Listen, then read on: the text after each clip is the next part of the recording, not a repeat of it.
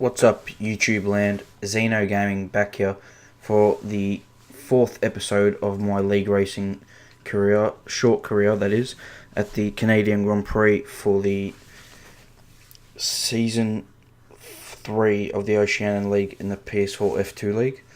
And so here we are in the qualifying session at Montreal.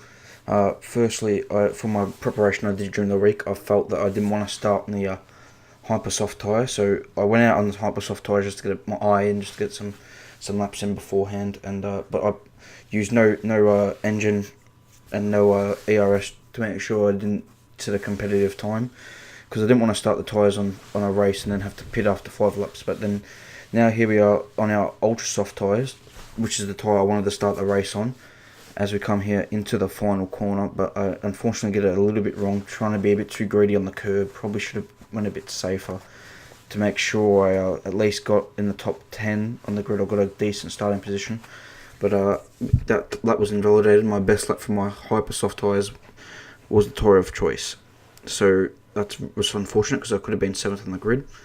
But now here we can see in the pre-race it's clearly a one-stop, and there's a bit of rain on the horizon, as the engineer will point out here. Minutes till the rain. So yeah, gearing up for the start of this race, having to start now on the super soft tyre. Thought because of the rain impact, I would go with that tyre to go as long as possible into this race, because you're not sure when the rain was going to hit, but according to Jeff it was going to come in 5 minutes. But as you'd see, it was like that kind of rain that it's very difficult to choose what tyre to be on. But here we go, 5 red lights for the start of the Canadian Grand Prix, and the lights are out, and away we go.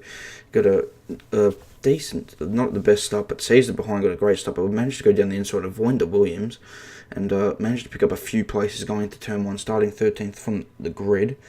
Already up to P10 after the first 2 corners, which I thought was a good result for us to get up into the points straight away. And then here we got my team at Azar Attack fighting Morty in the Force India, and we managed to be a bit cautious but get down the inside of Azar, but go in a bit deep and contact with him. Hope it wasn't too harmless for him, but managed to get the position a bit.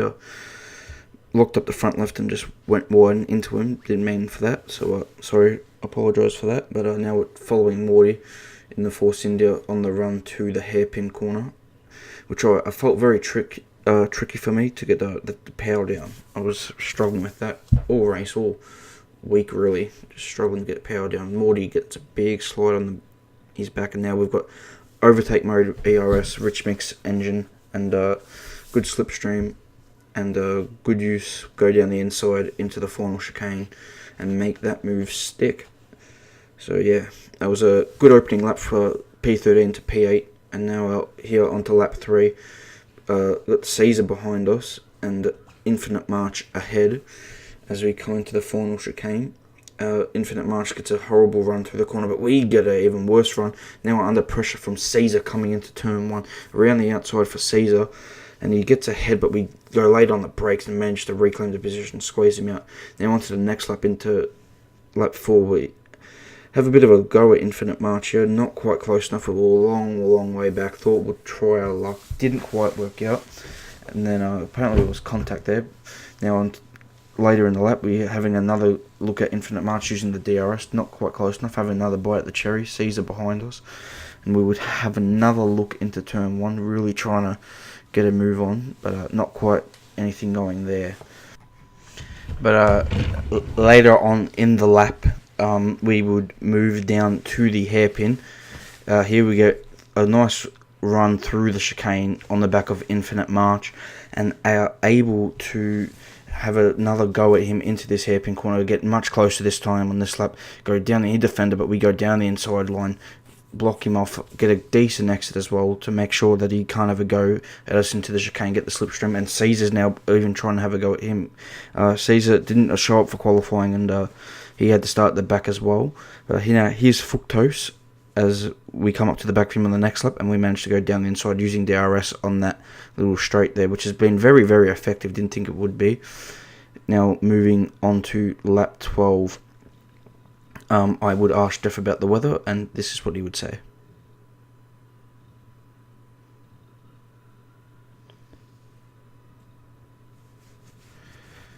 as we make a mistake coming into the chicane, which was not ideal because this would bring Caesar even close to us to start mounting pressure on us. The rain was starting to fall a little bit. There was water hitting the track, as you can see, and I was starting to lose the grip and confidence in the cars. The grip was fading, and Caesar and Grunting Tortoise were starting to close the gap. And here he is, Caesar with the slipstream, bigger ERS and DRS, and we defend into the chicane. He misses the chicane. I wasn't sure where he was. There he is, and now he comes and tries to get us into turn 1, which I thought was a bit odd considering he missed the chicane, but I managed to defend that off on that lap. As we come up now behind Labyrinth in the Williams, we're about to put a lap on him as we lead the race here on lap 17, still yet to pit obviously. And he makes a mistake going into the chicane. We make one as well. And then I wasn't sure which way to go here. I was going to go down the inside there, but then I thought, no, he's blocked the inside, so I'll go down the outside. And he's cut us off. We broke our front wing, but it turns out and behind that Tortoise and Caesar also would break their front wing. So now I thought I could continue because it was only a light front wing damage, but as soon as I locked up, made a decision to go into the pit lane. And now we have a pit lane battle between us, Tortoise and Caesar. 3-team battle. We all need to change the front wings, so drama at the front here in Montreal.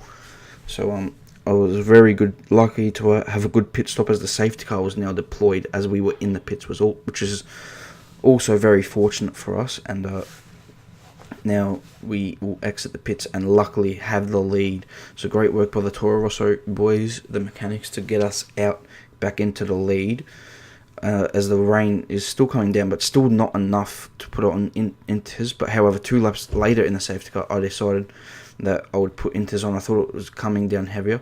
Then here was a very odd moment as the safety car was called in. We're slowing for the pack, and Caesar would hit me from behind under the safety car, and I would get a 5-second penalty. So I'm not sure about that penalty. I was going to get it removed, but I don't think it matters to the results, as Caesar would then pit. Grunting would lose the rear end, on the restart lap and put it in the wall, and we are now in P4, but there is no grip on the inters. Still aren't working at this time, believe it or not.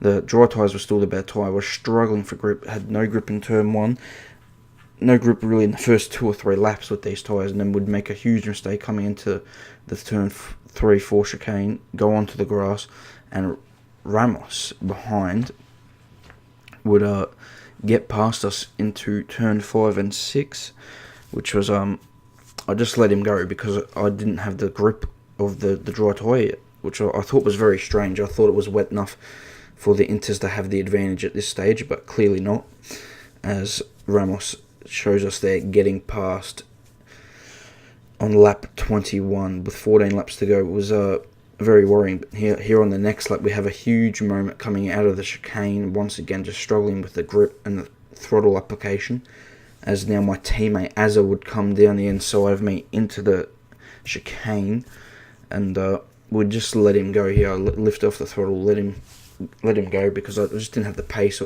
to keep up with the guys on the dry tyres.